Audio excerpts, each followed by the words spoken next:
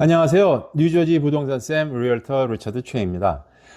매매 과정에서 어토니 리뷰가 끝나면 바로 홈 인스펙션을 시행합니다. 미국의 주택은 워낙 오래되었기 때문에 능력 있는 인스펙터를 고용하여 집 안과 밖을 잘 살펴보면서 문제점은 없는지 꼼꼼히 살펴보아야 합니다. 이 홈 인스펙션은 새로 지어진 집도 꼭 하시라 조언드리고 싶습니다. 그리고 중간에 딜이 가장 많이 깨지는 단계이기도 합니다. 어느 부분을 검사하는지와 인스펙션 후에 셀러나 바이어의 대처 사항에 대해서 말씀드려 볼까 합니다.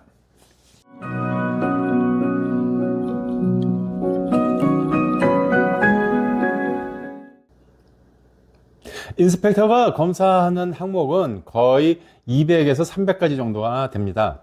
유심히 봐야 할 부분과 수리하는 데 돈이 많이 들 수 있는 부분만 살펴보도록 하겠습니다. 보통 외곽에서 먼저 시작합니다. 파운데이션, 기초 부분이죠. 집의 하단 부분이나 크롤 스페이스, 집의 밑에 기어서 들어갈 만한 자그마한 공간을 말합니다. 들어가서 조사합니다. 다음은 스트럭처, 건물의 구조적 부분인데요. 집의 뒤틀림을 보게 됩니다. 크랙을 검사하게 되는데 수직보다는 수평 크랙을 더 심각하다고 봅니다. 외곽 사이딩에 훼손이 되어 있으면 물이 들어올 수 있습니다. 심한 크랙이나 깨짐이 있다면 스트럭처럴 엔지니어를 고용하여 더 자세히 조사할 수 있으며 진단 비용은 $1,000 정도 합니다. 파운데이션 리페어의 비용은 통계상 평균은 $5,000 정도이지만 최대 $25,000까지 들 수도 있습니다. 이 정도 들어간다면 이 집은 다시 생각해 보는 게 좋겠죠. 거터, 다운스파우트 등 지붕에서 내려오는 물이 잘 흘러서 밑으로 내려가는지 확인해야 합니다. 이것들이 작동이 잘 안 되면 물이 집 안으로 들이칠 수 있습니다. 콘덴서를 살펴보고요. 교체가 필요하다면 용량에 따라 다르겠지만 3,000에서 한 $4,000 정도 보셔야 될 겁니다. 백야드의 덱과 계단의 손잡이 등 안전한지 살펴봅니다. 지하실에 내려가서 썬펌프, 지하가 침수되는 경우 물을 빼주는 역할을 하죠. 보통 지하에 보일러와 핫 워터 탱크가 있으며 작동 여부와 설치는 언제 되었는지를 살펴봅니다.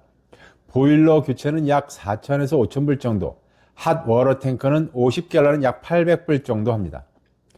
일렉트릭 패널을 떼어서 안에 와이어는 잘 연결이 되어 있는지와 전기 용량은 어떤지 알아야 합니다. 요즘은 전기차에 충전이 필요할 수 있으므로 전기 용량, 즉 암페어의 확인이 필수입니다. 일렉트리션을 불러서 수리를 하면 일단은 기본 $300 정도 차지합니다. 거라지 도어 작동도 열고 닫아 봅니다. 실내로 들어가서 창문을 열고 닫아 보면서 틈이 벌어진 곳은 없는지, 방충망의 여부, 플로어, 마룻바닥에서 소리가 나는지, 마루가 떠 있는 곳은 없는지 보고요. 키친, 부엌에 가서 모든 어플라이언스의 작동 여부, 이것들이 너무 낡아서 교체하려면 삼성, LG 기준으로 $5,000 정도 합니다. 싱크대 밑으로 물이 잘 흘러가는지, GFCI는 잘 있는지, 그리고 파이어플레이스는 직접 켜봅니다. 이때 옆에서 잘 보고 배우시는 게 좋습니다. 좀 복잡합니다. 방에 히링은 잘 되는지 열 탐사 툴스, 기구로 확인을 하고 천장에 물샌 자국은 없는지 확인하는 것은 매우 중요합니다. 애틱에 올라가서 지붕을 통해 물샌 흔적을 찾아보고 단열재가 제대로 위치해 있는지 봅니다. 따뜻한 바람과 차가운 에어컨 바람을 보내주는 에어컨 본체와 에어 핸들러가 있어서 역시 체크해 줍니다. 에어 핸들러 가격은 $5,000에서 $6,000 정도입니다. 다람쥐들이 들락달락 할 수 있습니다. 또 쥐똥이 있는지도 살펴봅니다. 안전에 관해서는 세심하게 살펴야 합니다. 계단의 손잡이 레일링과 덱과 집 주변을 돌아봅니다. 그리고 레이던 가스와 타워마이트 검사도 합니다. 그리고 요즘은 거의 드론을 띄워서 지붕 상태를 점검합니다. 보통 20년 동안 바꾸지 않았다면 군데군데 데미지가 있을 수 있습니다. 한 층을 덧대는 데는 스퀘어핏당 6에서 7불, 완전히 바꾸는 리플레이스는 스퀘어핏당 9에서 10불 정도 한다고 보시면 되겠습니다. 이 전 과정은 집 크기에 따라서 보통 1시간 반에서 3시간 정도 걸립니다.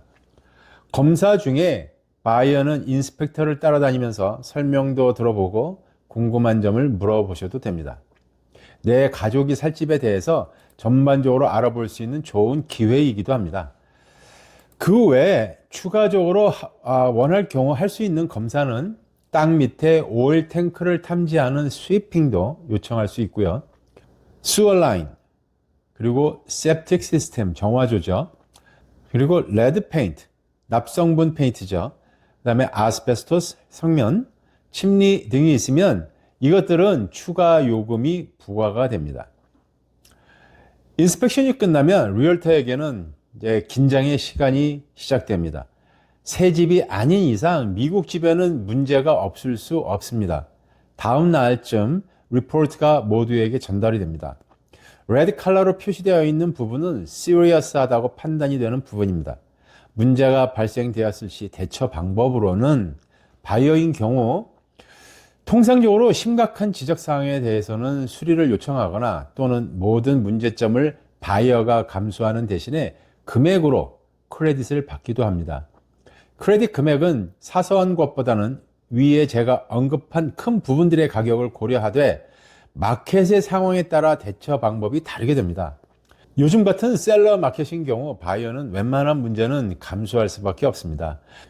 셀러는 오퍼를 보통 몇 개씩 받아놓기 때문에 인스펙션에 대해 사소한 것까지 까다롭게 수리를 요청하거나 크레딧을 과하게 요청할 시에는 셀러는 응하지 않겠죠. 그럼 바로 계약은 중단이 됩니다. 사소한 지적 부분은 웬만하면 그냥 넘어가는 게 현재 마켓 상황입니다. 수리하는 데 큰 돈이 들어가거나 집이 안전하게 계속 유지될지 의문이 들지 않는다면 무리한 요구는 하지 않는 게 좋겠습니다. 바이어의 마음가짐을 바꿀 필요가 있습니다. 수리하는 데 들어가는 비용과 집값을 합한 금액이 주변 시세와 비교해 합당한지를 생각해 보아야 합니다. 셀러가 요구에 응해주지 않는다고 기분 나빠서 감정적으로 대하거나 하는 것은 딜에 절대 도움이 되지 않습니다. 현재 셀러에 빨리 팔고자 하는 의지가 있는지 또는 현재 다른 오퍼의 유무 등 바이어 에이전트의 활약이 기대되는 시점입니다. 자, 그리고 셀러인 경우 셀러는 자기 집의 문제점에 대해서 미리 파악을 해놓는 것이 좋습니다. 만약 중간에 인스펙션이 문제로 딜이 깨질 경우에는 그동안의 시간 낭비와 매물을 다시 백온 마켓 시키면 다음에 오는 바이어들에게 안 좋은 인식을 줄 수 있습니다. 미리 셀러 디스클로저를 작성하여 현재 집의 상태를 자세히 기록, 바이어에게 전달하고 이러이러한 상태이니 오퍼를 넣을 때 참고하라고 해줍니다. 이는 리얼터가 담당해서 합니다. 제 경험상 터마이트에 대한 인식이 안 좋아서 딜은 거의 깨집니다. 집안의 터마이트의 흔적은 어렵지 않게 발견할 수 있습니다. 미리 처리하도록 하세요. 지붕도 바이어가 많이 신경 쓰는 부분입니다. 최소한 한 번 더 덧입혀 놓는 게 좋습니다. 완전 교체가 아니더라도 보통 한 번은 위에 덧입히는 건 괜찮습니다. 덧입히는 거는 스퀘어핏당 6불 정도 하는데 이 정도는 해놓는 게 좋지 않을까 생각합니다. 곰팡이도 어떻게든 처리해 놓으세요. 이 세 가지는 처리가 안 되면 거의 딜이 중단되기도 합니다. 인스펙션 단계에서는 셀러와 바이어 간의 적당한 양보와 원활한 대화가 필수이며 경험 많고 대화 기술이 좋은 리얼터가 필수적입니다. 구독과 좋아요 잊지 마시고요. 뉴저지 부동산 쌤이었습니다. 감사합니다.